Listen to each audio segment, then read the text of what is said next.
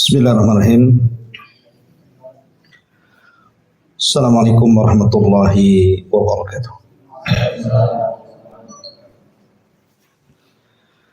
Alhamdulillah wassalatu wassalamu ala Rasulillah wa ala alihi wa sahbihi wa mawalah wa la hawla wa la quwata illa billahi wa ba'd.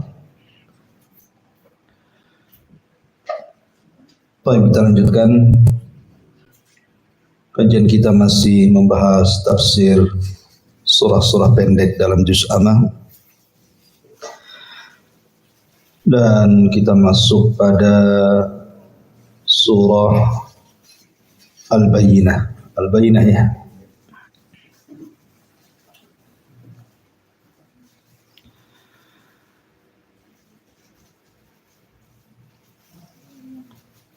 Baik, surah Al-Bayyinah secara tartib Al-Quran masuk pada surat ke-98,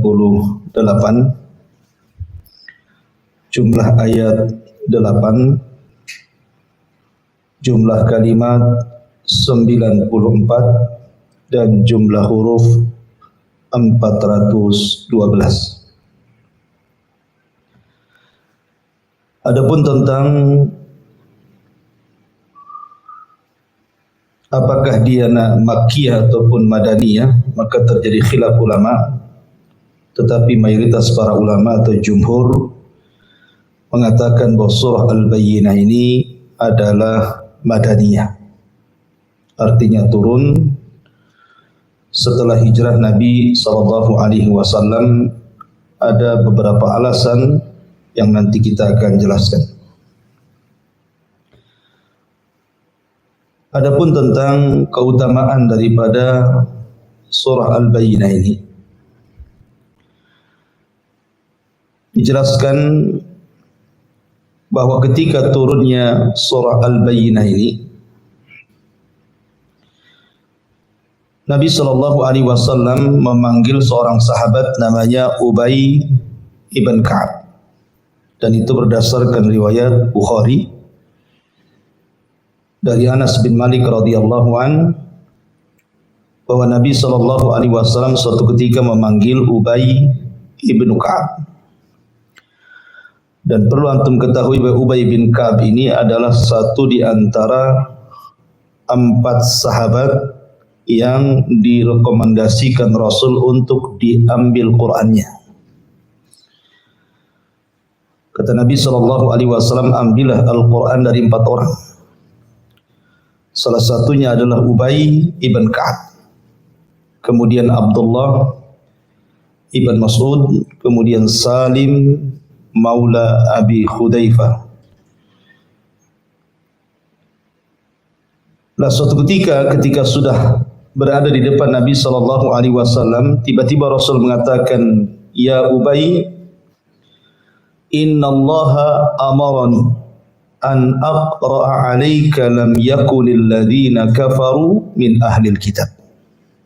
Wahai Ubay, sesungguhnya Allah memerintahkan aku untuk membaca surat ini kepadamu. Kemudian Rasul membacakan lam yakunil ladzina kafaru min ahlil kitab ila akhiril ayat. Fabaka, maka Ubay pun menangis. Kemudian mengatakan, "As-sammani ya Rasulullah, betul Allah menyebut-nyebut namaku ya Rasulullah?" Kata Rasul, "Ya." Tentu ketika seseorang disebut namanya di hadapan Allah Subhanahu wa taala, apalagi atas lisan Rasul, siapa yang tidak bahagia? Tentu Ubay sangat bahagia sekali. Dari sini juga ada hukum fikih. Ketika Nabi SAW membacakan surah Al-Bayyinah, bahwa terkadang seorang muallim, seorang pengajar itu boleh mengimlakan kepada murid-muridnya. Jadi boleh kita meminta seorang pengajar untuk mengimlakan gitu ya, bacaan Al-Quran kepada murid-muridnya.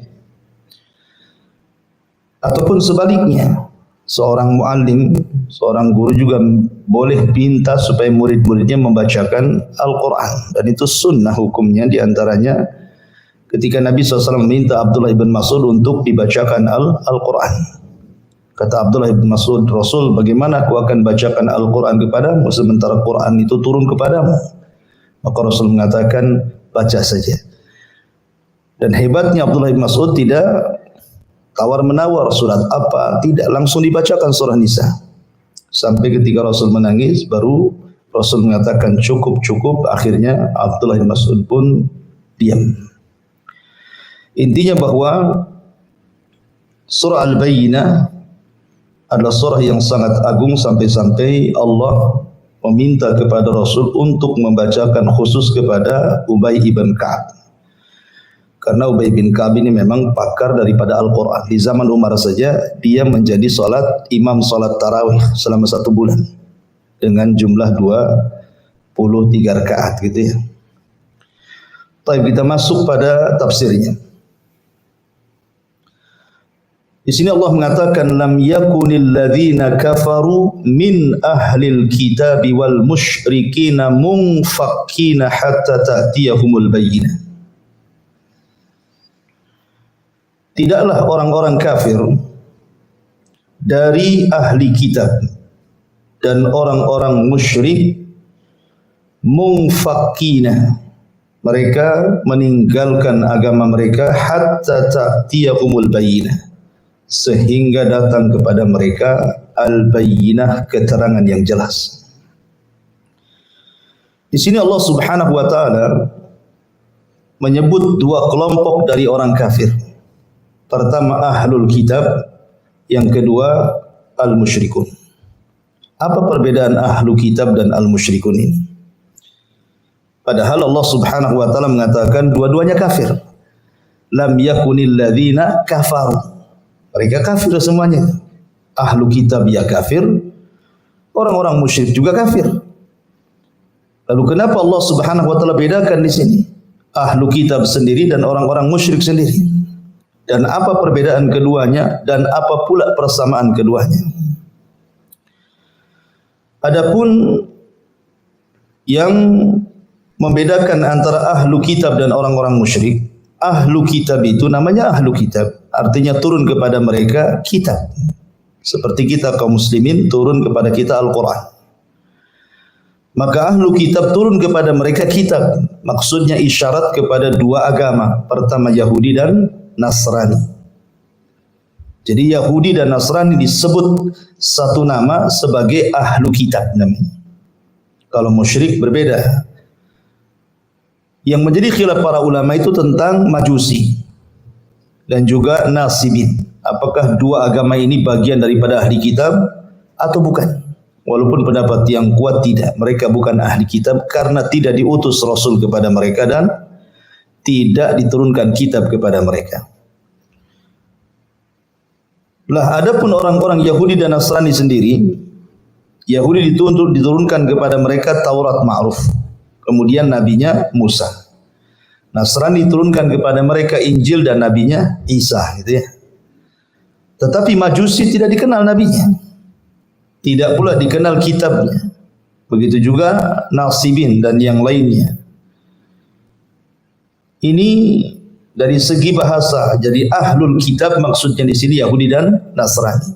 Adapun orang-orang musyrik di sini maksudnya musyrikul Arab dan musyrik-musyrik yang sejenis mereka, para penyembah berhala, penyembah patung, penyembah api dan begitu seterusnya, itu disebut musyrikun. Dari sini kita ketahui bahwa sebagaimana seorang ataupun mukmin itu darajat bertingkat-tingkat, maka kafir juga darakat bertingkat-tingkat. Maka kafir yang paling rendah adalah Nasrani. Kemudian di bawah Nasrani Yahudi. Kemudian di bawah Yahudi musyrikun dengan berbagai macam jenisnya. Kemudian di bawah orang-orang musyrik yang paling parah munafikun, orang-orang munafik. Jadi munafik itu paling dalam. Makanya nerakanya pun disendirikan dia. Innal munafiqina fi darkil asfali minan nar. Sungguhnya orang munafik itu diletakkan di intip neraka yang paling dasar. Maksud munafik di sini adalah munafik i'tiqad ya, bukan amal. Munafik i'tiqad artinya zahirnya menampakkan Islam, tetapi hatinya menyembunyikan kekafiran. Jadi sama saja dia kafir. Cuman menyembunyikan kekafirannya. Apabila mereka datang kepada orang yang beriman, kami beriman. Apabila mereka datang kepada orang kafir, kami kawan kalian gitu ya. Jadi dia membohongi orang yang beriman, membohongi juga orang kafir, orang munafik itu. Makanya tingkatan yang paling rendah dari kekufuran itu adalah orang munafik. Yang paling ringan Nasrani, di bawahnya Yahudi, di bawahnya musyrik, di bawahnya lagi munafik. Makanya neraka juga bertingkat-tingkat. Taib, lalu apa perbedaan orang-orang ahlu kitab dari kalangan Yahudi dan juga Nasrani dengan orang-orang musyrik? Adapun yang membedakan mereka adalah dari segi beberapa hukum fikih. Contoh umpamanya dari segi pernikahan. Wanita-wanita Yahudi atau wanita-wanita Nasrani boleh dinikahi. Tetapi wanita-wanita musyrik tidak boleh. Tidak boleh seseorang menikah dengan wanita majusi, wanita penyembah berhala. Mungkin kalau di negara kita ini ada Hindu, Buddha dan yang semacamnya gitu ya. Tetapi kalau bersama orang-orang ahlu kitab, wanitanya Yahudi atau Nasrani, maka Islam membolehkan. Kemudian yang kedua, sembelihan. Sembelihan ahlu kitab itu dibolehkan kita makan. Berdasarkan firman Allah Azza wa Jalla, wa ta'amul ladzina utul kitaba hillu lakum. Makanan-makanan ahli kitab halal bagi kalian. Tentu yang dimaksud makanan di sini bukan makanan yang ma'ruf. Karena ada makanan walaupun tidak ada keterangan boleh gitu ya, seperti buah-buahan, tidak ada khilaf. Kita boleh memakan buah-buahan yang mereka beli ataupun buah-buahan yang kita beli mereka makan. Jadi maksudnya makanan di sini bukan makanan yang ma'ruf, tetapi maksudnya sembelihan. Sembelihan ahli kitab itu halal bagi kalian sebagaimana sembelihan kalian juga halal bagi mereka. Tetapi dengan dua syarat tentunya ya. Pertama, disembelih membaca basmalah, bukan menyebut Uzair anak Allah seperti perkataan Yahudi, ataupun menyebut Isa ibnu Maryam anak Allah seperti perkataan Nasrani. Jadi dia ketika menyembelih ya bismillah gitu saja.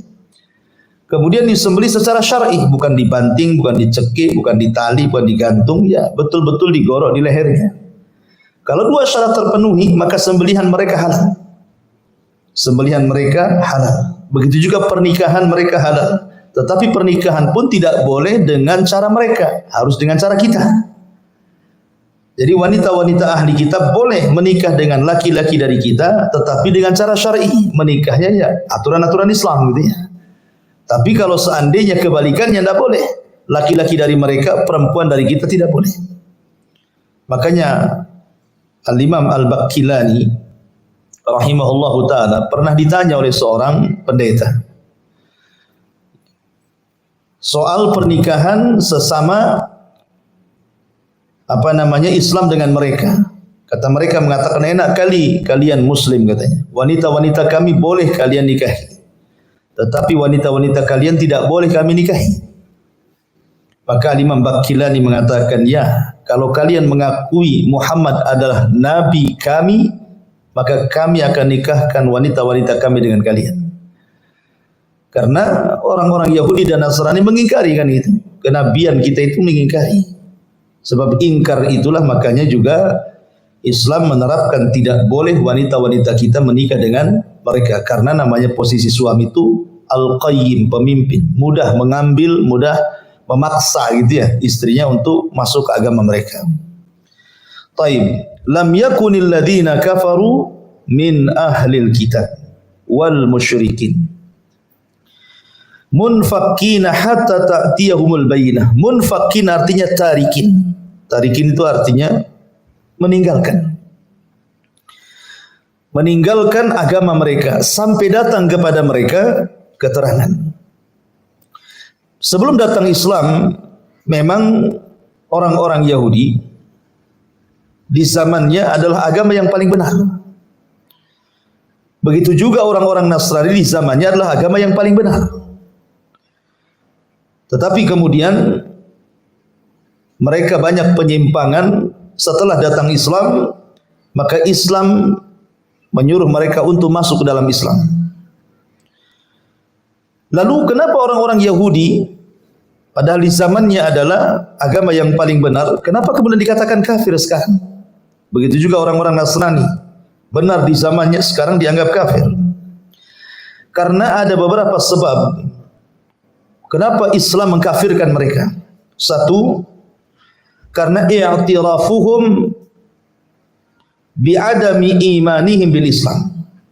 Jadi mereka terang-terangan tidak mau memeluk Islam setelah datangnya al-bayyinah, keterangan kepada mereka. Kabar tentang adanya Nabi SAW yang merupakan Nabi akhir zaman itu sudah terekam oleh mereka. Contoh umpamanya kisah Salman Al-Farisi yang pernah saya ceritakan. Salman Al-Farisi ini ketika mencari kebenaran, awalnya dia kan Majusi. Kemudian dia melihat bahwa ajaran Nasrani itu seolah-olah jauh lebih indah dibandingkan Majusi. Akhirnya kemudian ayahnya merantai dia, karena dikhawatirkan dia terpengaruh dengan agama Nasrani. Tapi kemudian akhirnya dia pun kabur dari rumah. Kemudian dari Iran ngarahnya kemana? Ke Syam. Karena menurut petunjuk di Syamlah sentral daripada Uskup Akbar. Berangkat Salman ke Syam. Kemudian belajar kepada Uskup. Rupanya ketika dia belajar kepada Uskup yang pertama, Uskupnya ini rajulun su', orangnya buruk. Karena selalu menyuruh manusia untuk sedekah pada fuqara wal masakin, tetapi kemudian kekayaannya diambil semuanya oleh dia. Sampai uskup ini meninggal, kemudian Salman membeberkan kejahatannya. Maka orang-orang pun kemudian menyalib uskup itu dan merajam dengan batu. Kemudian uskup penggantinya adalah uskup yang saleh. Salman suka dengan uskup yang kedua. Tapi sayang usianya tidak lama. Akhirnya minta wasiat kemana lagi dia harus belajar Nasrani. Maka uskup di Syam menyarankan dia ke Musil. Musil itu di Irak. Berangkat dia ke Irak. Berjumpalah dengan uskup yang dimaksud. Sampai di Irak, tidak lama juga usianya. Karena sudah tua, akhirnya Salman meminta kemana lagi harus saya belajar. Maka uskup yang di Irak, di Musil, mengarahkan agar datang ke Nasibi. Nasibi itu di Turki. Akhirnya dia dari Irak ke Turki. Ketika kemudian sampai di Turki, di Nasibi, dia belajar kepada uskup yang ada Nasibi. Kata uskup yang ada Nasibi, usiaku pun sudah mendekati. Akhirnya sebelum wafat uskup yang dinasibi mengatakan kepada Salman, tidak ada uskup yang terbaik yang ada sekarang kecuali di Amuria. Amuria itu masih perbatasan Turki. Berangkat dia ke Amuria. Rupanya sama yang di Amuria juga sudah sepuh dan belajar berapa tahun, dia pun kemudian menghembuskan nafas terakhir. Tetapi kata uskup yang terakhir di Amuria ini, kau tidak perlu cari uskup lagi belajar katanya. Karena ini tahun kenabian. Lah kalimat ini tahun kenabian yang keluar dari uskup di sini menunjukkan apa? Orang-orang Nasrani membaca kitab-kitab mereka kan. Akan ada nabi yang akan menutupi seluruh para nabi. Makanya Salman kemudian bertanya kepada uskup yang ada di Amuria itu, kemana aku harus cari nabi tersebut? Di mana daerahnya? Maka kata uskup tersebut, kau datang saja ke daerah yang banyak pohon kurma, di situ banyak bukit warnanya batunya hitam-hitam, harratain. Kemudian kalau ketemu orangnya, maka lihatlah 3 tanda, dia tidak makan sedekah, dia makan hadiah, dan ada stempel kenabian di antara 2 bahunya. Bayangkan dari Turki akhirnya dia pun membayar mahal untuk datang ke Madinah, yang ketika itu ada kabilah Bani Kalbin dari Yathrib yang sedang berniaga ke Turki. Akhirnya dia pun minta untuk ikut ke Madinah dengan harga yang mahal. Sampai di Wadil Qura. Wadil Qura itu antara Tihamah dan juga Khaybar. Ya sudah dekat dengan Madinah sebenarnya. Harusnya Salman turun di situ, tapi malah dijual. Ya sudah ongkos gitu ya, dizalimi dia, malah dijadikan budak, kemudian dijual kepada seorang Yahudi Bani Quraidah. Terpaksalah dia, kalau tidak kan bisa dibunuh dia. Makanya takut dia bekerja dengan Yahudi Bani Quraidah. Dan ketika itu belum ada kabar tentang kenabian. Setelah bertahun-tahun Salman bekerja, Rupanya saudara daripada Bani Quraidah ini menginginkan Salman bekerja di kebunnya. Lah, kebun yang dimaksud adalah di Yathrib Madinah. Makanya ketika kemudian sampai di Madinah saja banyak pohon kurma, kemudian banyak bukit-bukit berwarna hitam. Karena kan posisi Madinah itu di sini bukit, di belakang kan kebun kurma. Nah, jadi memungkinkan jalan itu dari pertama. Makanya perang Khandaq itu kan, kenapa Salman kemudian menjalankan perang Khandaq? Karena memang jalan masuk Madinah cuma satu, dari depan saja. Kiri kanan bukit, belakang kebun kurma nggak ada batasnya, saking luasnya gitu ya. Lah ketika Salman melihat kok banyak pohon kurma, bukitnya hitam, dengan wasiat uskup yang ada di Amuriah itu. Wah, jangan-jangan ini tempatnya maksudnya. Makanya selang beberapa waktu ketika Salman berada di atas pohon kurma, tiba kemudian datanglah saudara orang Yahudi ini berteriak-teriak dan mengatakan, qatalallahu Banu Kilah. Semoga Allah memerangi Banu Kilah. Banu Kilah ini kakek buyutnya Khazraj dan Aus. Dari dua kabilah Khazraj dan Aus. Lah kakek itu namanya Bani Kilah. Orang-orang Yahudi kalau menghina Khazraj dan Aus, kakek buyut mereka dan mengatakan qatalallahu Bani Kilah. Semoga Allah memerangi Bani Kilah. Kemudian kata orang Yahudi ini, kenapa kau berteriak seperti itu? Dia mengatakan, celaka. Khazraj dan Aus sedang berkumpul di Kuba. Karena ada orang yang mengaku Nabi yang berasal dari Mekah. Oh, Salman ini berada di atas pohon, dengar gitu kan kaget dia. Langsung dia turun, langsung nanyain gitu. Bener gak gini-gini? Langsung ditampar ya. Kau ini budak kok tahu mau masuk pula ke masalah kami. Kerja sana bahasanya itu. Tapi Salman kemudian sudah teringat dengan pesan uskup. Ini daerah sudah benar. Kemudian sekarang muncul seorang nabi. Tapi lihat bagaimana Nasrani Yahudi ini bencinya kepada Nabi SAW sampai mengatakan qatalallahu Bani Kilah itu. Ketika kemudian Salman mendengar bahwa Nabi sudah sampai di kota Madinah, dia ingin membuktikan ciri-cirinya. Ciri-cirinya kan tidak makan sedekah. Dia bawa kurma disedekahkan. Rasul tak mau. Kemudian yang kedua, dia bawa hadiah, Rasul makan dan sahabatnya makan. Kemudian yang ketiga, dia ingin melihat stempel kenabian. Tidak bisa karena memang di balik pundak kan pakai baju, sehingga enggak mungkin Rasul main singkap gitu ya. Sehingga Salman tidak berhasil melihat tanda itu kecuali ketika Rasul sedang mengadakan penguburan jenazah. Kemudian sedang menggali lubang, sambil menggali lubang Rasul kemudian ngobrol dengan sahabatnya.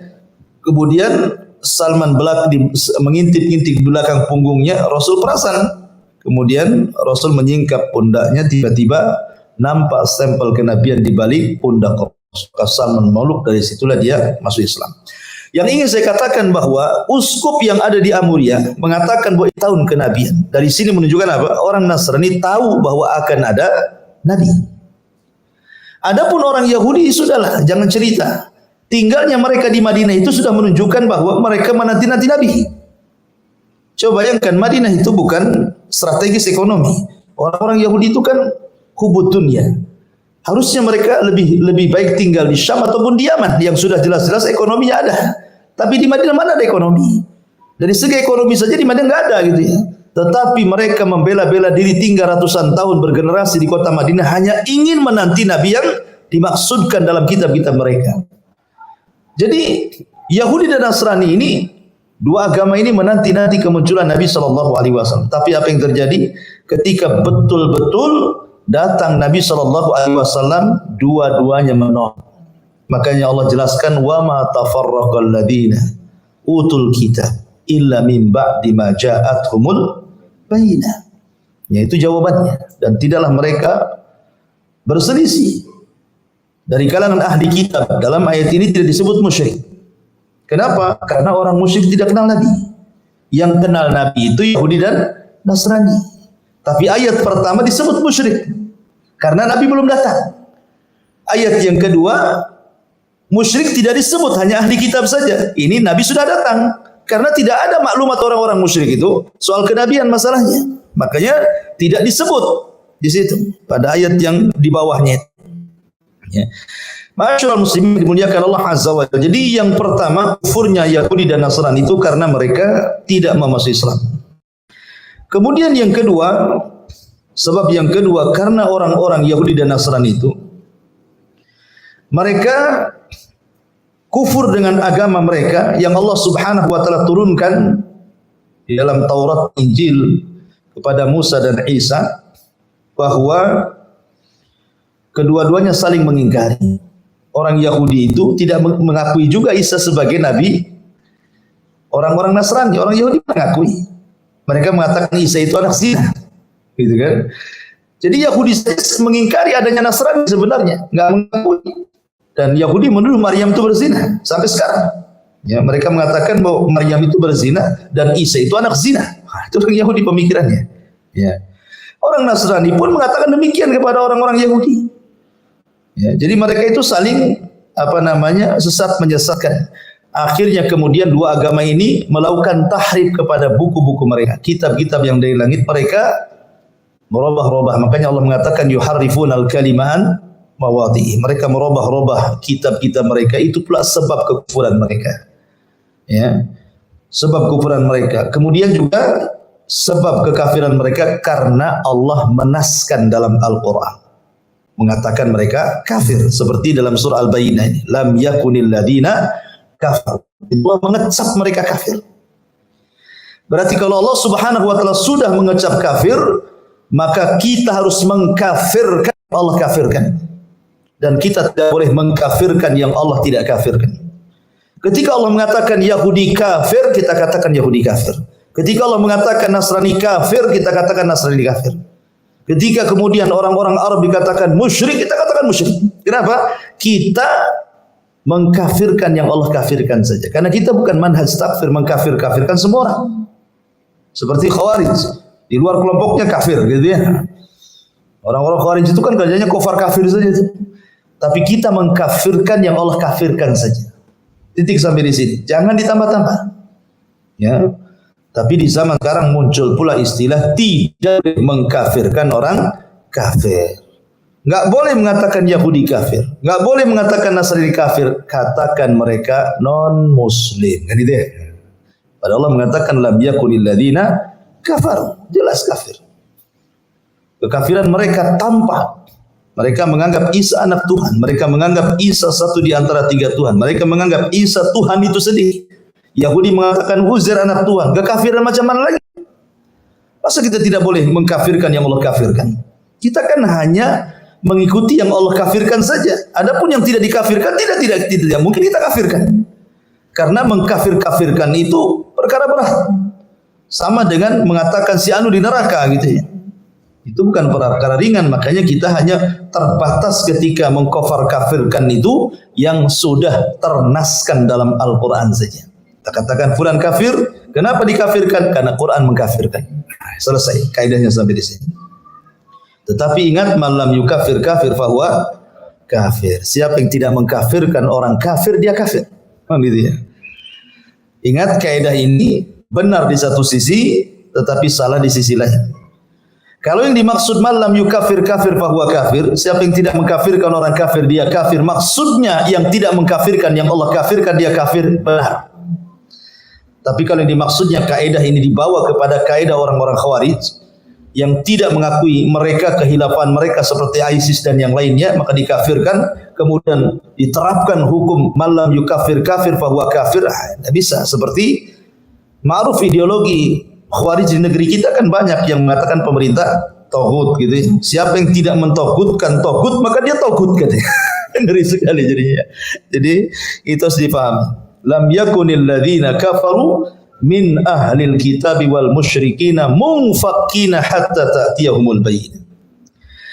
Tidaklah orang-orang kafir dari kalangan Yahudi dan Nasrani ahli kitab dan juga orang-orang musyrik, mereka meninggalkan agama mereka, dakwah mereka sampai datang kepada mereka al-bayyinah. Apa yang dimaksud al-bayyinah di sini? Yang dimaksud al-bayyinah ini adalah rasulun minallahi yatslu suhufan mutahhar. Ini disebut bayyinah. Bayyinah itu adalah Rasul sendiri. Nabi yang diutus itu bayyinah, bukti nyata gitu ya. Suhuf itu maksudnya lembaran-lembaran Al-Quran. Makanya ketika Allah Subhanahu wa taala berfirman, "Qul nahbitu minha jami'an. Fa imma ya'tiyannakum minni hudan fala khaufun 'alaihim wa lahum yahzanun."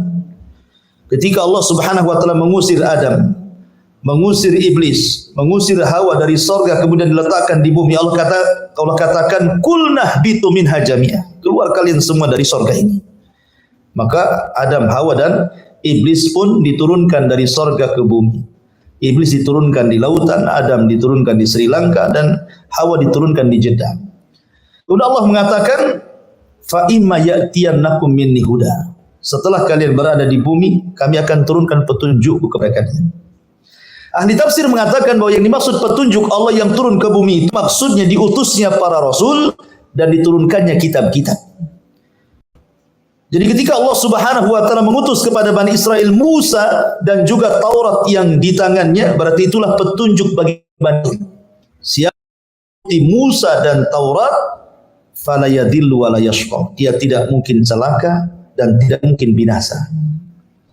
Kemudian setelah itu Allah utus Isa, Allah utus Daud dengan Zaburnya.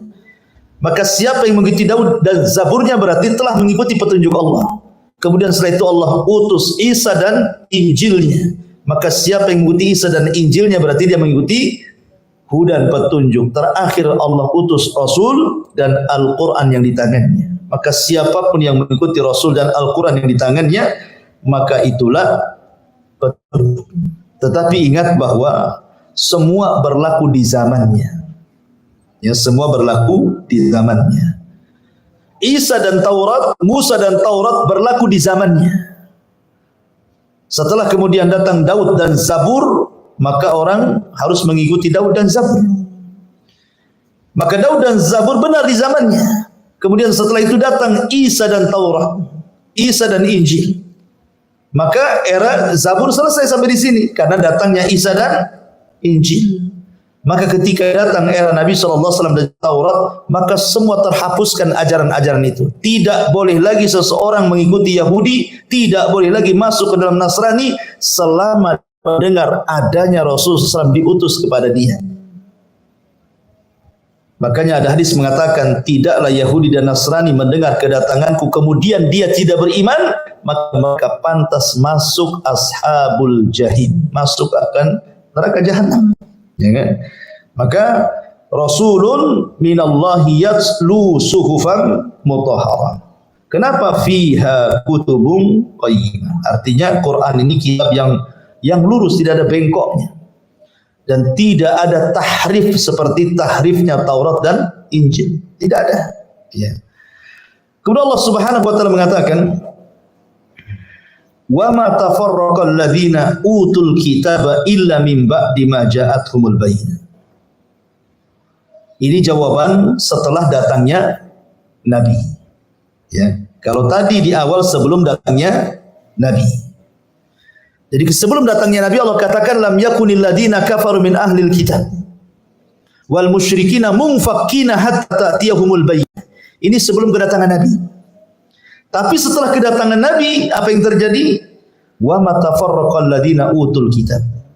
Dan tidaklah orang-orang yang dianugerahi kitab, maksudnya Yahudi dan Nasrani itu, mereka berselisih kecuali setelah datang kepada mereka keterangan. Sebelumnya mereka sepakat. Yahudi sepakat, Nasrani sepakat. Sepakat akan apa? Akan kemunculan Nabi akhir zaman. Yahudi sepakat, tidak ada khilaf di antara mereka bahwa akan muncul seorang Nabi. Tapi setelah datang Nabi SAW dan rupanya Nabi itu bukan dari Bani Israel tapi dari Bani Ismail, mulai berselisih, mulai hasad. Kenapa Allah Subhanahu wa taala mengutus Jibril salah alamat? Harusnya ke Bani Israel, diberikan pula ke Bani Ismail katanya. Mulailah mereka hasad, kibar, sombong, mulai bermusuhan dengan kaum muslimin. Begitu juga orang-orang Nasrani sama. Karena Yahudi dan Nasrani itu kan dua-duanya Bani Israel.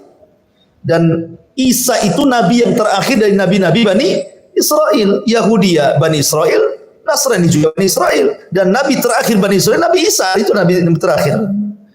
Sehingga mereka kecewa. Kenapa Bani Israel? Kenapa pula Bani Ismail? Maksudnya keturunan Ismail ibn Ibrahim alaihi salatu wassalam. Apalagi kemudian hasadnya kepada orang Arab itu memang sudah tertanam sejak zaman dulu. Yahudi itu tidak suka dengan orang Arab sejak dulu.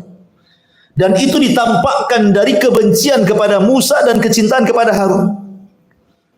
Mereka suka dengan Musa, tapi mereka suka dengan Harun.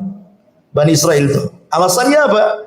Pertama, karena Musa tidak hidup bersama mereka, hidup di istana Fir'aun dari kecil sampai dewasa. Yang kedua, habis itu hijrah kemana? Ke Madian, menikah dengan wanita Arab, bukan wanita Bani Israel. Anak dari seorang rajulun saleh namanya Syuaib, 10 tahun di sana. Baru kemudian pulang ke Mesir, baru bergabung dengan Bani Israel. Tapi Harun kan tidak. Harun tidak hidup di istana Fir'aun, memang hidup bersama Bani Israel dari kecil sampai dewasa. Dan Harun tidak pernah menikah dengan orang Arab, memang menikah dengan orang Bani Israel. Akhirnya Bani Israel itu kecintaan kepada luar biasa. Tapi kepada Musa mereka ya benci-benci rindu lah mungkin bahasanya. Karena Musa itu selalu diuji oleh Bani Israel yang tidak pernah dialami oleh Harun. Ya, ujian banyak sekali, makanya kenapa kesabaran Musa itu sampai ke tingkat azab, makanya dia masuk pada ulul azmi minar rusul. Taib. Jadi wa ma tafarraqal ladzina utul kitab illa min ba'di ma ja'akumul bayyinah, kecuali setelah datang kepada mereka al-bayyinah, keterangan. Datang kepada mereka nabi, rasul mendakwai mereka, mendialog dengan mereka dan macam-macam, tapi mereka tidak mau beriman. Padahal telah nyata jelas. Contoh nih, ketika orang-orang Yahudi datangi orang-orang musyrik Arab, orang-orang waktu itu Rasul belum hijrah, masih di Mekah. Datang orang-orang Quraisy ke Madinah. Karena orang-orang musyrik tahu bahwa orang-orang Madinah itu orang cerdas, diberikan kitab kepada mereka. Maka orang musyrik itu bermusyawarah. Di tempat kami di Mekah ada orang ngaku nabi. Bagaimana menurut kalian wahai pembesar Yahudi? Maka orang Yahudi mengatakan, oh ada orang ngaku nabi di tempat, begini saja. Berikan dia 4 soalan. Kalau dia bisa menjawab, memang dia seorang nabi. Kalau dia tidak bisa menjawab, memang dia bukan seorang nabi. Artinya ragukan kenabiannya. Ya kan? Kemudian diajari, katakan kepadanya 1 tentang ruh. Apa itu katanya kan? Yang kedua, makanan penduduk sorga itu yang pertama dimakan apa? Kemudian tentang seorang raja yang berkeliling dunia berdakwah ke sana kemari, macam mana kabarnya? Kemudian orang-orang yang terjerembab dalam gua, macam mana ceritanya? Maka akhirnya orang-orang musyrik setelah punya bahan, pulang mereka ke Mekah. Kemudian betul-betul bertanya kepada siapa?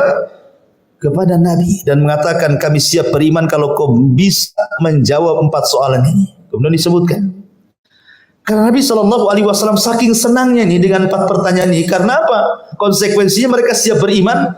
Akhirnya Rasul mengatakan ghadan jawabannya, besok jawabannya, lupa mengucapkan insyaallah. Ketika lupa mengucapkan insyaallah, akhirnya telatlah jawabannya. Jibril telah turun, ya, karena tidak mengucapkan insyaallah tadi. Tapi Jibril pun akhirnya turun juga memberikan jawabannya. Artinya bahwa kalau seandainya orang-orang Yahudi itu tahu bahwa jawab apa soalan mereka telah terjawab dan semuanya benar, arti memang dia seorang nabi. Dan mereka tahu Rasul itu seorang nabi. Tapi karena hasadnya mereka tidak beriman. Makanya orang cerdas Yahudinya mereka beriman. Seperti umpamanya kisah Abdullah ibn Salam. Abdullah ibn Salam itu kan muftinya Yahudi Madinah. Semua orang Madinah kalau ada persoalan pasti datang kepada Abdullah bin Salam. Itu tokoh besar Yahudi itu. Ketika melihat Nabi SAW Madinah kemudian berdiskusi, masuk Islam dia. Tapi kan tidak menjadikan Islam pengikutnya. Tokohnya masuk Islam, pengikutnya pula tidak masuk Islam kan. Makanya orang Yahudi selama Nabi SAW tinggal di Madinah tidak banyak orang yang masuk Islam dan bisa dihitung dengan jari. Sedikit sekali orang Yahudi itu sampai Rasul wafat. Tidak banyak orang Yahudi yang masuk Islam. Kebanyakan mereka berkhianat. Bahkan 4 kali melakukan peperangan bersama orang Yahudi di Madinah. Pertama perang Bani Qunaiqah, kemudian Bani Nadir, kemudian Bani Quraidah, terakhir perang Khaybar. Akhirnya Rasul mengusir orang Yahudi dari Madinah. Kemudian digantilah nama Yathrib menjadi Madinah Al-Munawwarah setelah tidak ada lagi orang kafir di kota Madinah, ya. Artinya bahwa di sini terjadinya perselisihan orang-orang Yahudi dan Nasrani itu karena setelah datang kepada mereka keterangan. Begitu juga orang-orang Nasrani, cuman bedanya orang Nasrani lebih lembut daripada orang Yahudi, sehingga banyak di zaman Rasul orang Nasrani masuk Islam. Ingat kisah tentang Nasrani Najran yang datang kepada Rasul kemudian berdebat, akhirnya mereka masuk Islam. Ya, jadi Nasrani agak lembut ya, Yahudi beda. Ya, keras kepala Yahudi itu. Maka yang keras kepala Yahudi. Taib. Kemudian Allah Subhanahu wa taala mengatakan, "Wa ma umiru illa liya'budullaha mukhlishina lahuddin hunafa wa yuqimus salata wa yu'tuz zakata wa dzalika dinul qayyim. Dan tidaklah mereka diperintah. Maksudnya siapa mereka? Ya semua agama di luar dari Islam, termasuk juga Islam. Semua manusia, Yahudinya, Nasraninya, musyriknya, Islamnya, tidaklah mereka semua diperintahkan illa liya'budullah, kecuali mereka harus beribadah kepada Allah. Mukhlishina lahuddin, mengikhlaskan ketaatan mereka kepada Allah, hunafa, dan mereka harus menjauhi kesyirikan. Dari sini ada 3 faedah yang disebutkan para ulama. Pertama, perintah ibadah. Bahwa perintah ibadah itu adalah perintah pertama kali Allah ciptakan semua makhluk. Kenapa Allah ciptakan manusia, jin, malaikat? Kenapa Allah ciptakan lautan, gunung, matahari, langit, bumi? Kecuali untuk beribadah. Adapun makhluk yang berakal secara khusus Allah mengatakan wa ma khalaqtul jinna wal insa illa liya'budun. Tidaklah aku ciptakan jin dan manusia kecuali mereka disuruh untuk beribadah. Adapun secara umum wa in min kulli syai'in illa yusabbihuna bihamdi walakin la tafqahuna tasbihahum. Dan tidaklah segala sesuatu yang Allah ciptakan melainkan semua bertasbih, beribadah kepada Allah, tapi kalian tidak paham tasbih mereka. Artinya bahwa segala sesuatu diciptakan beribadah. Yang kedua, setelah kemudian kita paham ibadah, kita dilarang untuk menyekutukan Allah. Kita dilarang untuk menyekutukan Allah, mukhlishina lahuddin. Betul-betul ketaatan itu diberikan kepada Allah Azza wa Jalla, hunafa. Hunafa itu artinya mail minasyirki. Menjauhi kesyirikan itu disebut hunafa. Ya, makanya orang-orang Arab yang masih mengikuti agama Ibrahim itu disebut hanif. Hanif itu artinya mail minasyirki. Seperti Waraqah ibn Naufal. Itu kan masih hanif, ya kan, tidak mengikuti agama musyrikun, masih berpegang dengan agama tauhid. Walaupun mereka tidak tahu cara beribadah, tapi hati mereka itu mengingkari kesyirikan. Ya, Waraqah ibn Naufal, kemudian beberapa, ada 4 orang, ya, tokoh di zaman jahiliyah itu yang hanif, tidak mau menyekutukan Allah Azza wa Jalla. Ya. Intinya bahwa kemudian yang ketiga adalah ittiba. Ittiba itu artinya hanya mencontoh ibadah kepada Allah dengan mengikuti contoh Nabi SAW. Ini menjadikan syarat ibadah. Syarat ibadah itu 2 kan. Pertama, perintah ibadah. Di atas perintah ibadah itu ikhlas, artinya tidak menyekutukan Allah. Kemudian setelah itu adanya ittiba, harus mengikuti Nabi SAW. Salah satu tidak ada, maka akan terjerumus kepada 2 kemungkinan. Imma kesyirikan, wa imma kebid'ahan. Artinya bisa dia masuk kepada syirik atau menyelisih Nabi. Kalau dia hanya ikhlas tetapi tidak ittiba, maka akan menyelisih nabinya. Tapi kalau dia ittiba tapi tidak ikhlas, maka akan masuk kepada bab syirik. Ya, makanya harus terkumpulin ibadah ini, ibadah ikhlas dan ittiba. Dan itu diambil wa ma umiru illa liya'budullaha mukhlishina lahuddin wa yuqimus salata wa yu'tuz zakata wa dzalika dinul qayyim. Ayat ini sebagai dalil bahwa Al-Bayyinah ini adalah Madaniyah. Kenapa? Karena ada perintah salat dan zakat. Di Mekah kan belum ada. Belum ada 2 perintah ini. Perintah salat dan zakat itu adanya di Madinah. Makanya surah Al-Bayyinah ini Madani. Ketambah-tambah kisah tentang Ubay ibn Ka'ab yang memperkuat bahwa itu adalah Madani. Kemudian diperkuat lagi dengan apa? Dengan adanya cerita Yahudi dan Nasrani. Di Mekah tidak ada cerita Yahudi Nasrani itu. Rasul itu ceritanya sama orang kafir Quraisy saja. Setelah di Madinah baru cerita Yahudi, baru cerita Nasrani. Ini menunjukkan 3 alasan inilah yang kemudian atau jumhur ulama mengatakan surah Al-Bayyinah ini adalah Madaniyah. Artinya surat turun setelah hijrah Nabi sallallahu alaihi wasallam. Wa ma umiru illa liya'budullaha mukhlishina lahuddin hunafa wa yuqimus salata wa yu'tuz zakata wa dzalika dinul qayyim. Kemudian Allah mengatakan innal ladzina kafaru min ahlil kitabi wal musyrikin. Sesungguhnya orang-orang kafir dari kalangan ahli kitab, maksudnya Yahudi dan Nasrani, wal musyrikin, dan orang-orang musyrik, fi nari jahannam. Mereka semua berada di neraka jahannam. Khalidina fiha, dikekalkan di dalamnya. Ulaika hum syarrul bariyah. Mereka adalah ada dibaca bariah, ada dibaca bariyah. Jadi 2 bacaan ya. Bisa dibaca syarrul bariah. ataupun syarrul bariyah. Tidak ada masalah, dua-duanya benar ya. Tapi di sini Allah Subhanahu wa taala ingin mengatakan orang-orang yang kufur dengan siapa? Kufur dengan kedatangan Nabi. Kufur dengan Quran. Karena sebelumnya kan cerita tentang al-bayyinah. Ya. Berarti di sini kufur dengan bayyinah tersebut. Mereka tidak mengakui Nabi sallallahu alaihi wasallam, mereka tidak mengakui Al-Qur'an dari karena ahli kitab dan orang-orang musyrik. Apa balasannya? Fi nari jahannam. Maka mereka layak dimasukkan ke dalam jahannam. Ma'asyiral muslimin yang dimuliakan Allah Azza wa Jalla, Jahannam itu satu di antara nama neraka. Nama-nama neraka itu banyak, ya. Nama-nama neraka ya, pertama Al-Hawiyah. Hawiyah itu, dan itu disebutkan di dalam surah Al-Qaryah kan. Faman khaffat mawazinu fa ummuhu hawiyah. Berarti neraka itu ada namanya hawiyah. Ya. Kemudian juga yang kedua ada namanya ladha. Dan itu disebutkan di dalam Al-Quran juga. Kalla innaha ladha. Berarti nama neraka itu selain hawiyah namanya ladha. Ada juga nama khutamah. Seperti Allah mengatakan. Kalla la yumbadhat fil khutamah. Wa madraka mal khutamah. Narullah muqadah. Kemudian juga nama neraka itu ada namanya jahim. Dan itu juga Allah Subhanahu wa taala firman, wa idzal jahimu syu'ira. Ketika neraka jahim dinyalakan. Ya. Kemudian yang nomor 5, Jahannam, ma'ruf Jahannam. Ya. Karena nama Jahannam ini masyarakat populer, Jahannam kau katanya. Nama Jahannam itu populer di masyarakat. Itu nama neraka Jahannam. Karena Allah mengatakan inna jahannama kanat mirsada. Kemudian yang nomor 6 saqar. Sebagaimana Allah mengatakan sauslihi saqar atau ma salakakum fi saqar. Nah, ini. Kemudian juga yang nomor 7 nama lain neraka itu sa'ir. Dan itu Allah Subhanahu wa taala katakan fa'tarafu bi dzambihim fasuhqan li ashabi sa'ir. Jadi nama neraka itu juga disebut sa'ir. Kemudian yang nomor 8 sijin. Itu juga bagian daripada neraka. Dan Allah mengatakan wa ma adraka ma sijin kitabun marqum. Nah, kemudian yang nomor 9 di antara sudah nih 8 ya apa nih? Sudah 8 nih.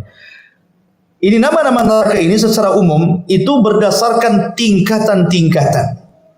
Ya, tetapi neraka bagi orang-orang yang beriman dan dia masih mentauhidkan Allah Azza wa Jalla, atau dengan kata lain usatul muwahhidin, ahli maksiat dari kalangan ahli tauhid, neraka mereka adalah neraka Jahannam. Jadi neraka ini tidak dikekalkan di dalamnya.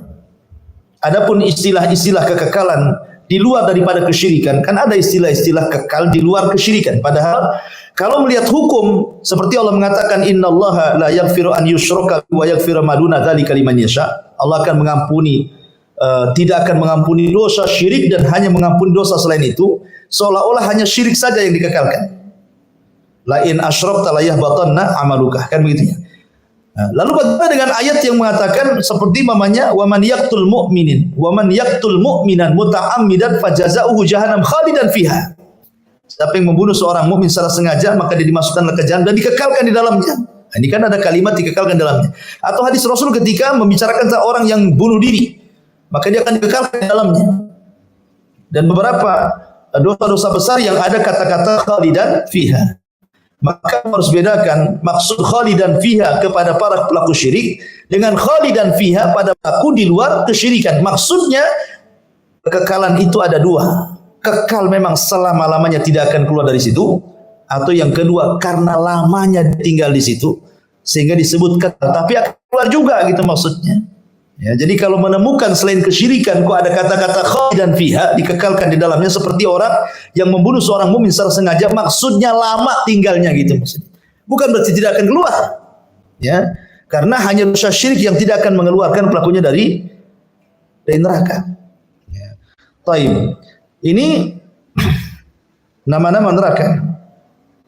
Jadi Allah Subhanahu wa taala mengatakan mereka orang-orang kafir dari ahli kitab dan juga orang musyrik, maksudnya kufur dengan Nabi sallallahu alaihi wasallam, maka mereka di dalam neraka jahanam khalidina fiha, dikekalkan di dalamnya, ulaika hum syarrul bariyah, mereka adalah seburuk-buruk penciptaan Allah. Kemudian Allah mengatakan, kebalikannya sekarang, innal ladzina amanu, tapi orang-orang yang beriman dengan Rasul, beriman dengan Al-Quran, dari kalangan Yahudi ataupun Nasrani atau orang-orang musyrik yang mereka tobat akhirnya beriman dengan Rasul dan juga kitab yang dibawanya Al-Quran, wa amilus salihat, dan beramal saleh, ulaika hum khairul bariyah, mereka sebaik-baik makhluk Allah yang Allah ciptakan. Kalimat khairul bariyah, sebaik-baik ciptaan, apakah ini mutlak? Maksudnya manusia itu lebih baik dibandingkan jin dan malaikat? Ada yang mentafsirkan seperti itu. Jadi manusia itu yang beriman dan beramal soleh, maka tingkatannya melebihi di atas malaikat dan juga jin-jin yang soleh. Tetapi kalau dia tidak beriman dan tidak beramal soleh, mereka kufur, maka mereka juga seburuk-buruk makhluk, justru lebih buruk. Jangan lagi cerita dengan malaikat, dengan jin, dengan binatang pun lebih buruk. Makanya ada istilah ulaika kal an'am balhum adhal, kan itu ya. Mereka seperti binatang ternak, bahkan lebih rendah dibandingkan binatang ternak. Kenapa Allah katakan seperti itu?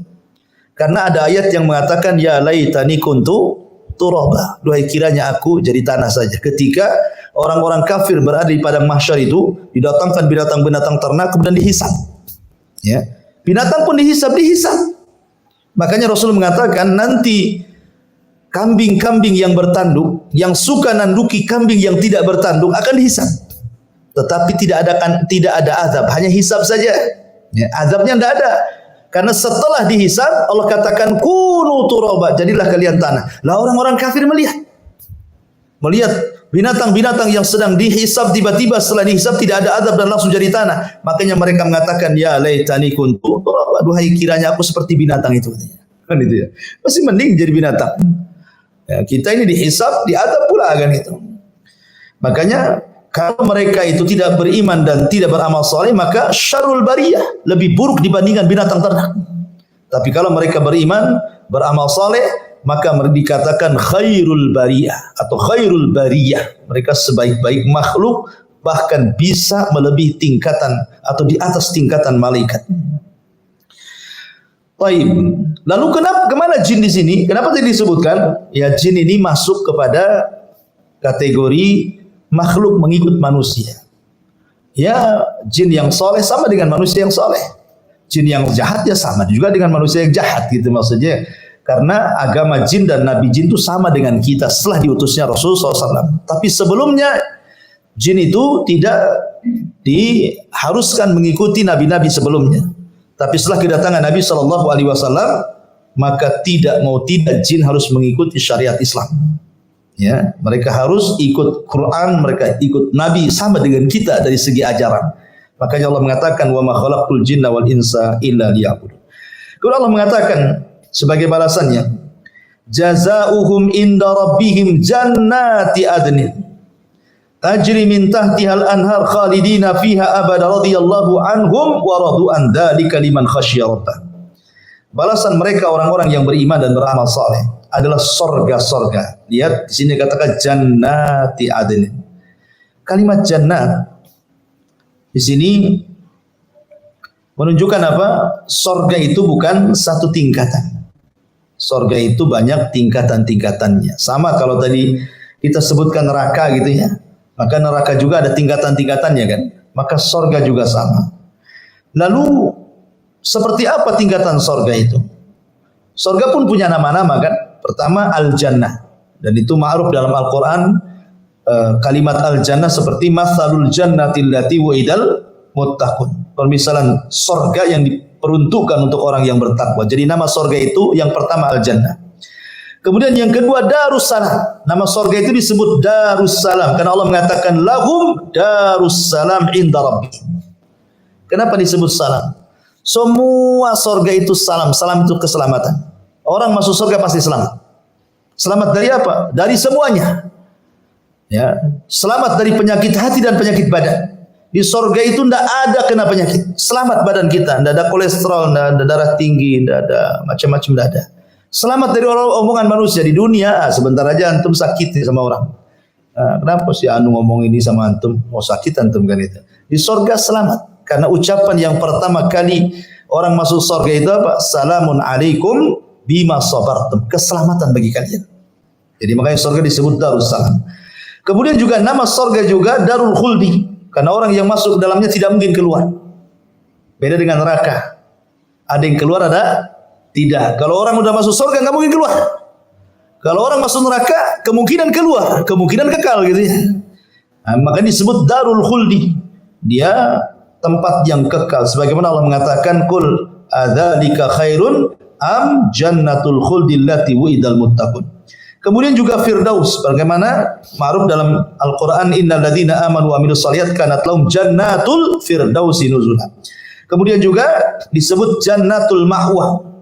Jannatul Ma'wa, inda sidratil muntaha, indah jannatul ma'wa. Disebut ma'wa juga. Ma'wa itu artinya tempat kembali.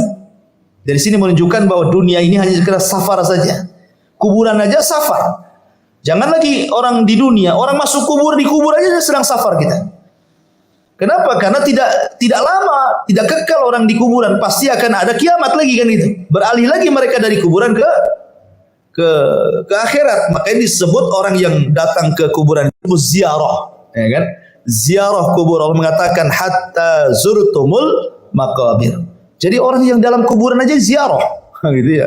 Karena mereka nggak tinggal lama dalam kuburan itu, pasti ada dipindah lagi ke tempat lain. Apalagi di bumi. Rasul mengatakan kepada Ibnu Umar itu, kun fid dunya ka'annaka gharib aw abiri sabil, ya.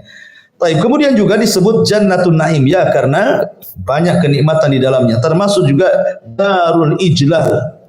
Darul Ijlal disebut sebagaimana riwayat Ibnu Abbas radhiyallahu an, dan juga disebut Darul Al-Maqamah. Sebagaimana Allah mengatakan, wa qalu alhamdulillahilladzi adhaba 'anal hazan inna rabbana laghafurun syakur alladzi ahallana darul muqamati min fadli. Jadi disebut juga Darul Muqamah. Itu macam-macam surga.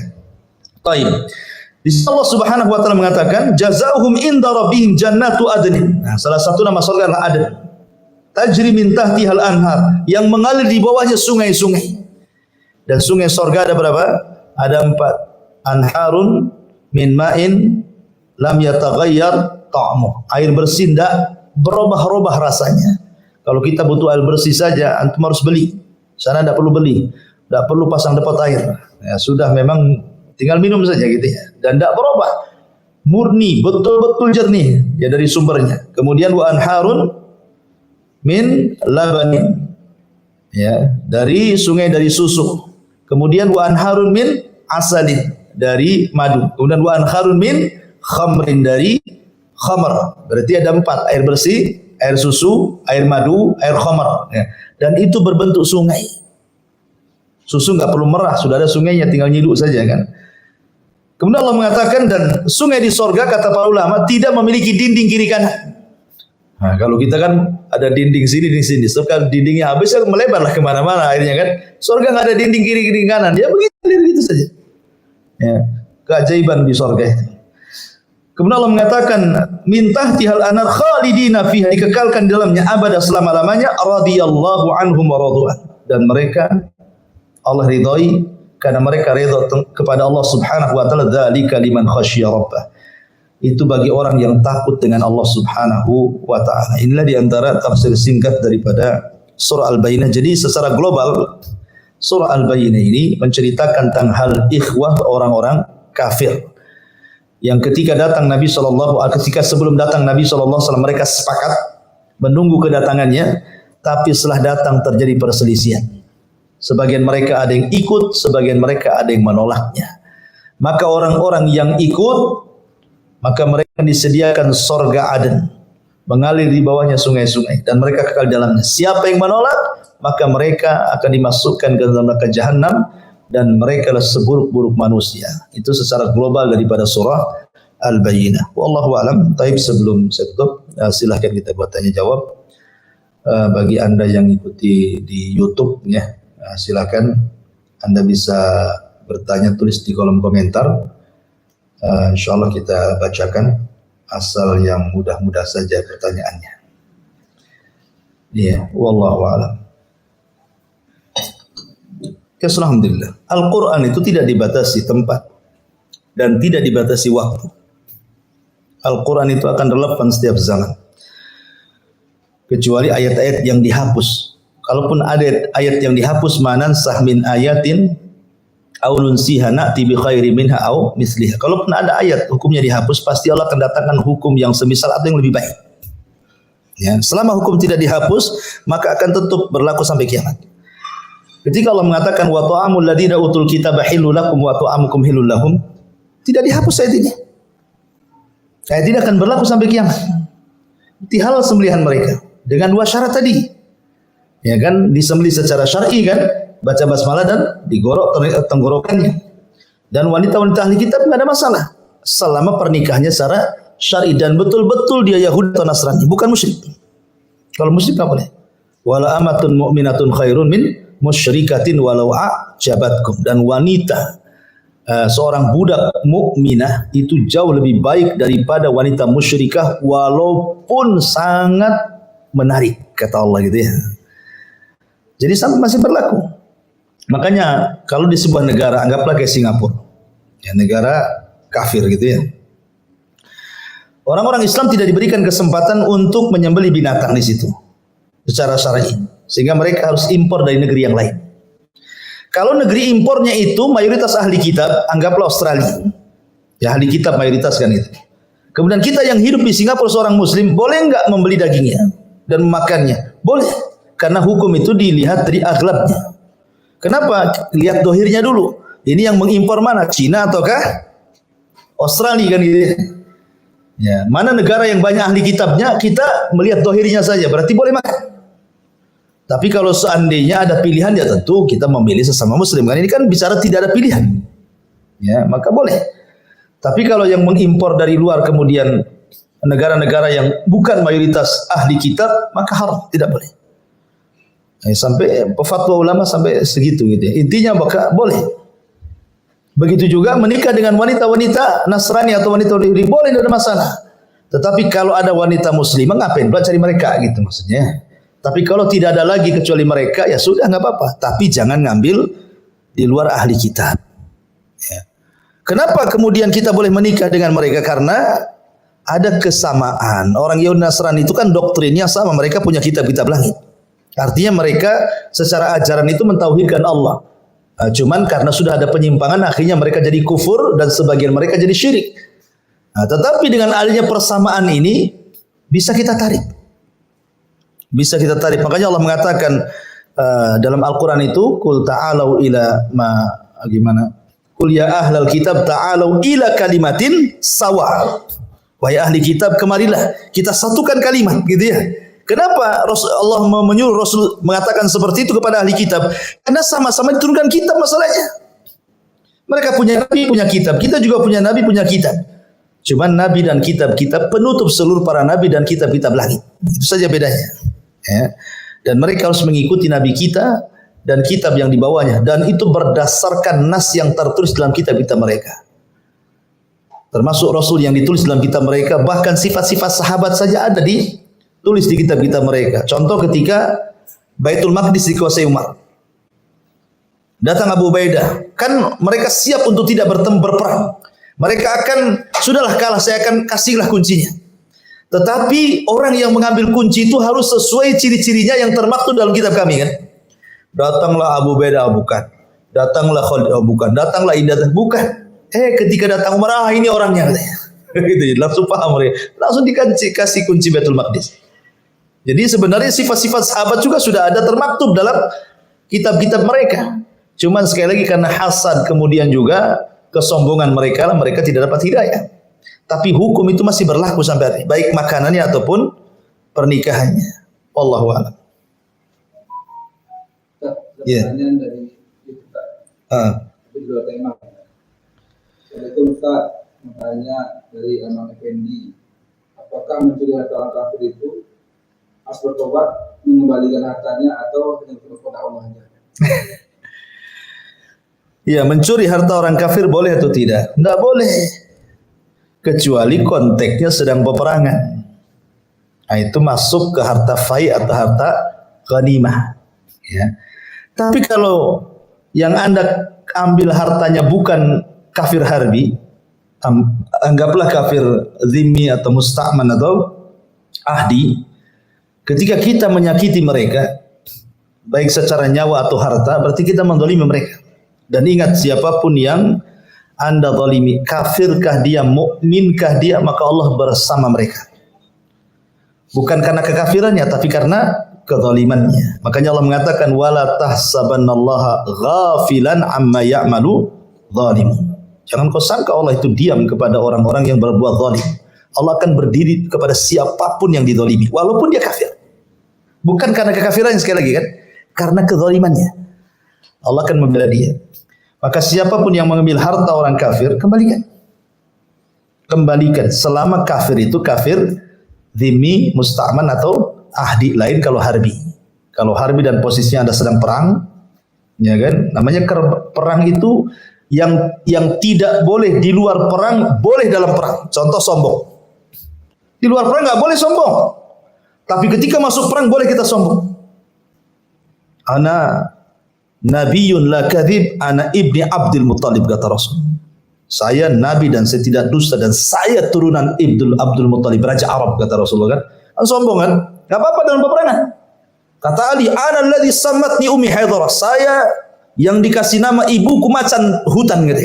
Siapa yang berani dengan saya? Di dalam peperangan boleh. Bahkan Rasul mengatakan innal harba kaidun. Peperangan itu tipu daya. Tipu-tipu dalam perang boleh, yang penting menang. Dalam perang boleh, tapi nipu di luar perang enggak boleh. Jadi hal-hal yang tidak boleh dalam peperangan, di luar perang boleh dalam perang. Menipu, berdusta, mencuri, enggak masalah. Yang penting menang di situ kan. Pokoknya ngeraip-kerap ke musuh, dicurinya pedangnya, diambil kudanya, enggak apa-apa. Dalam peperangan ya situasinya kan. Tapi kalau situasi aman dan dia bukan kafir harbi, Anda pulang ambil hartanya, Anda zalim, balik. Enggak boleh. Ya, itulah indahnya Islam. Nabi SAW itu pernah membuat perjanjian yang disebut dengan Piagam Madinah. Dan itu ada 47 bulir kesepakatan, yang mengatakan 51 bulir kesepakatan. Ya, jadi di situ dijelaskan tentang hak-hak, bagaimana kita melindungi mereka. Dalam Piagam Madinah itu intinya bahwa tidak boleh dan harus dikembalikan. Habis itu bertobat. Kalau seandainya orang yang antum ambil barangnya memang enggak ada, sudah cari ke sana kemari gitu ya, memang sudah enggak ada di situ, ya sedekahkan saja. Boleh jadi mungkin ketidaktahuan antum, mungkin dia pulang kemana dapat hidayah umpamanya kan, dia masuk Islam, maka sampai pahalanya ke dia. Kalaupun tidak, dia tetap kafir, antum sudah menghilangkan beban, sudah mencuri barang orang. Nah, itu ya. Wallahu a'lam. Ada lagi ya? Ada lagi? Ada lagi nih. Apa nih? Coba baca. Ustaz, pernah bertanya, jika Allah menghendaki kebaikan seorang, maka akan dipahamkan tentang agamanya. Bagaimana yang kita yang baru menemukan jalan Allah sudah ketinggalan dalam agama? Bagaimana solusinya? Mana ada ketinggalan? Para sahabat itu masuk Islam banyak yang sudah tua. Dan sahabat itu masuk Islam itu tidak semuanya orang baik. Ada mantan-mantan penyembah berhala, kayak Umar itu masih mantan penyembah berhala, mantan preman gitu bahasanya. Mantan-mantan penyembah berhala itu kan orang musyrik. Mereka dapat hidayah. Ya ada yang muda-muda, ada yang sudah tua. Ya. Tetapi tidak ada istilah telat dalam agama itu. Tidak ada istilah telat dalam agama itu. Sampai-sampai Rasul mengatakan ada seseorang beramal amalan ahli neraka, sampai antara dia dengan neraka tinggal satu hasta, dan di akhir hayatnya dia beramal amalan ahli surga, akhirnya Allah masukkan dia ke surga. Abu Hurairah radhiyallahu anhu pernah ngomong bersama para sahabatnya, maukah aku tunjukkan kepada kalian seorang sahabat Nabi, tidak pernah sujud, tidak pernah ruku, mati masuk surga. Tidak pernah beramal. Kata Abu Hurairah, maukah aku tunjukkan kepada kalian sahabat Nabi, tidak pernah sujud, tidak pernah ruku, tidak pernah beramal, mati masuk surga. Nah itu kan. Heran. Siapa Abu Hurairah? Kata Abu Hurairah, kenalkah kalian dengan Usairim? Usairim ini satu-satunya orang Aus yang tidak masuk Islam. Ketika pemimpin mereka Sa'd bin Mu'adz masuk Islam di tangan Mus'ab bin Umair, dapat hidayah, ini pemimpin Aus nih. Datang dia ke Aus dan mengatakan, hei orang Aus, kalian tahu siapa saya? Kata orang Aus, ya engkau pimpinan kami, engkau paling cerdas di antara kami, engkau paling mulia di antara kami. Oh kalau begitu baik, masuk Islam kalian semua. Siapa yang tidak masuk Islam, apakah laki-laki, perempuan, kecil, dewasa, tua, jangan bicara denganku katanya, kecuali harus masuk Islam. Oh dipaksa tuh, pimpinan kabilah dia. Semua masuk Islam orang Aus, satu yang enggak, namanya Usairim. Enggak mau masuk Islam dia. Yang lain masuk Islam semua, dia sendiri enggak mau Islam. Tetapi ketika ada peperangan, namanya orang-orang jahiliyah itu kan hamiyatul jahiliyah, artinya kefanatikan kepada kabilah itu ada. Jadi dia ingin terlibat dalam perangan. Tapi Rasul tidak mau. Kau jangan perang. Kau boleh membela kabilahmu, tapi tidak boleh dalam perang ini. Kenapa? Karena kau masih kafir. Kalau kau ingin terlibat perang dan kau izinkan, masuklah Islam dulu. Akhirnya dia pun bersyahadat, kemudian ikut terlibat, mati syahid. Jadi hari itu dia syahadat, hari itu dia syahid. Nah, gitu ya. Makanya Abu Hurairah mengatakan, maukah aku kabarkan kepada kalian seorang sahabat tidak pernah sholat, tidak pernah ruku, tidak pernah ibadah, mati masuk surga katanya. Karena orang ini bersyahadat langsung syahid. Sama dengan kisah tukang sihir Fir'aun. Paginya dia tukang sihir, sore harinya dipenggal kepalanya sama Fir'aun. Setelah mereka tobat dan sujud kepada Allah karena melihat kekalahannya mereka dan Nabi Musa alaihi salatu. Kata Abdullah ibn Abbas radhiyallahu anhu, lihat tukang-tukang sihir Firaun itu. Di pagi hari mereka tukang sihir jahat, di sore hari mereka sudah menjadi para syuhada yang baik. Gitu ya. Intinya bahwa tidak ada terlambat. Dan Rasul mengatakan man yuridillahu khairan yufaqihu fiddin. Lihat Abdullah bin Mas'ud. Abdullah bin Mas'ud ini sebab masuk Islamnya kenapa? Dia seorang penggembala. Majikannya namanya Uqbah bin Abi Mu'aid. Rasul dan Abu Bakar jalan. Kemudian kehausan di jalan. Nampak Abdullah bin Mas'ud sedang menggembala kambing. Kata Rasul SAW, ya Abdullah bin Mas'ud, bisakah kau berikan air susu kambingmu? Kata Abdullah bin Mas'ud, tidak bisa. Ini kambing amanah, bukan kambing saya. Ini kambing majikanku Uqbah bin Abi Mu'aid. Kata Rasul, ya sudah, kalau memang nggak boleh yang berair susu, saya minta kambing yang nggak ada susunya saja, yang nggak punya anak, kan belum ada susunya. Nah, kemarikan kambing itu. Akhirnya kemudian didatangkan, kemudian diusap tetenya kambing itu, tiba-tiba gemuk dan keluar air susu. Nah, di mata Abdullah ibn Mas'ud, nggak pernah melihat sulap kayak gini. Mungkin dianggap sulap kan gitu ya. Jangan-jangan ini jin, jangan-jangan apa gitu kan? Karena baru pertama melihat, kok bisa diusap keluar susunya? Di situ mulai tertarik. Dia mengatakan, ajari aku katanya. Ajari aku. Namanya Abdullah bin Mas'ud kan. Kata Rasul, baik, datanglah kau ke tempat kami. Maka Abdullah bin Mas'ud datang, kemudian diajarkan Islam. Kemudian Abdullah bin Mas'ud masuk Islam. Kata Rasul, anta rajulun mu'allam. Engkau laki-laki yang akan Allah berikan ilmu. Kenapa? Karena ada semangat belajar dia. Kan minta diajari. Rasul, saya minta ajari. Maka setelah dia masuk Islam, Rasul doakan, anta rajulun mu'allam. Engkau laki-laki yang akan diajari Allah. Sejak itulah Abdullah bin Mas'ud menjadi faqihnya fuqaha sahabat. Ya. Orang paling cerdasnya sahabat Abdullah bin Mas'ud. Sampai Nabi SAW meminta dibacakan Quran. Cukuplah itu keutamaan Abdullah bin Mas'ud. Ya. Dan tidak meminta kepada orang lain untuk dibacakan Quran. Bahkan semua, ada beberapa sahabat nulis tafsir, nulis mushaf. Seperti Ali kan nulis mushaf. Ada mushaf Ali namanya. Ubay bin Ka'ab juga nulis mushaf, ada namanya mushaf Ubay bin Ka'ab, ada mushaf Muawiyah. Tetapi mushaf yang ada tafsirnya cuma satu, Abdullah bin Mas'ud. Ya, jadi walaupun Utsmani Abdullah bin Utsman bin Affan radhiyallahu an ketika merujuk kepada mushaf yang dicetak lebih banyak kepada rujukannya Ubay bin Ka'ab kan begitu ya. Ubay bin Ka'ab. Kenapa? Karena Ubay bin Ka'ab kan murni dia tidak ada tafsirnya. Apa yang diturunkan, itulah yang terakhir diturunkan kepada Rasul, dan tartib yang Rasul pakai itulah yang kemudian jadikan tartib mushaf dalam Quran yang kita baca. Ali punya mushaf, tetapi mushaf Ali ini disesuaikan dengan turunnya surat. Namanya Al-Alaq ya, ini surat pertama, Al-Mudaththir surat kedua. Dibuat kayak gitu mushaf Ali itu kan. Sehingga tartibnya sesuai dengan turunnya. Kalau Abdullah bin Mas'ud tidak, dia plus juga ayatnya, tafsirnya pula ditulis sama dia. Ya, Abdullah bin Mas'ud itu. Itulah kelebihan dia. Maka disebut fuqaha sahabah gitu ya. Dan di zaman Umar jadikan qadhi di Kufah dan meninggal di zaman khilafah Utsman ibn Affan radhiyallahu anhu. Intinya bahwa Rasul mengatakan khairukum fil jahiliyah khairukum fil Islam idza fuqihu kata Rasul. Orang baik di zaman jahiliyah ketika dia masuk Islam maka tambah menjadi baik apabila dicerdaskan. Ya, apabila dia dicerdaskan. Dan bagaimana caranya? Barang siapa yang menghendaki kebaikan pasti Allah cerdaskan. Pasti itu. Waktu di Yaman dulu ada laki-laki udah tua banget tuh. Dia bawa wabah. Ceritanya dia bawa itu ini satpam bahasa kitanya. Bawa bahasa Arabnya itu. Dia itu tidak bisa baca Quran walaupun orang Yaman. Tapi keinginannya ingin menghafal Quran kuat. Dulu kan ada masih kaset Rolando Sony Ericsson itu kan. Biasanya pakai kaset gitu kan, didengerin gitu ya. Dia menghafal Quran dari kaset itu. Kaset pita tuh. Jadi setiap satu ayat diulang 100 kali. 200 kali sampai mungkin pindah lagi ke ayat itu sampai akhirnya hafal Quran. Sudah tua. Hanya begitu saja, hanya mendengar.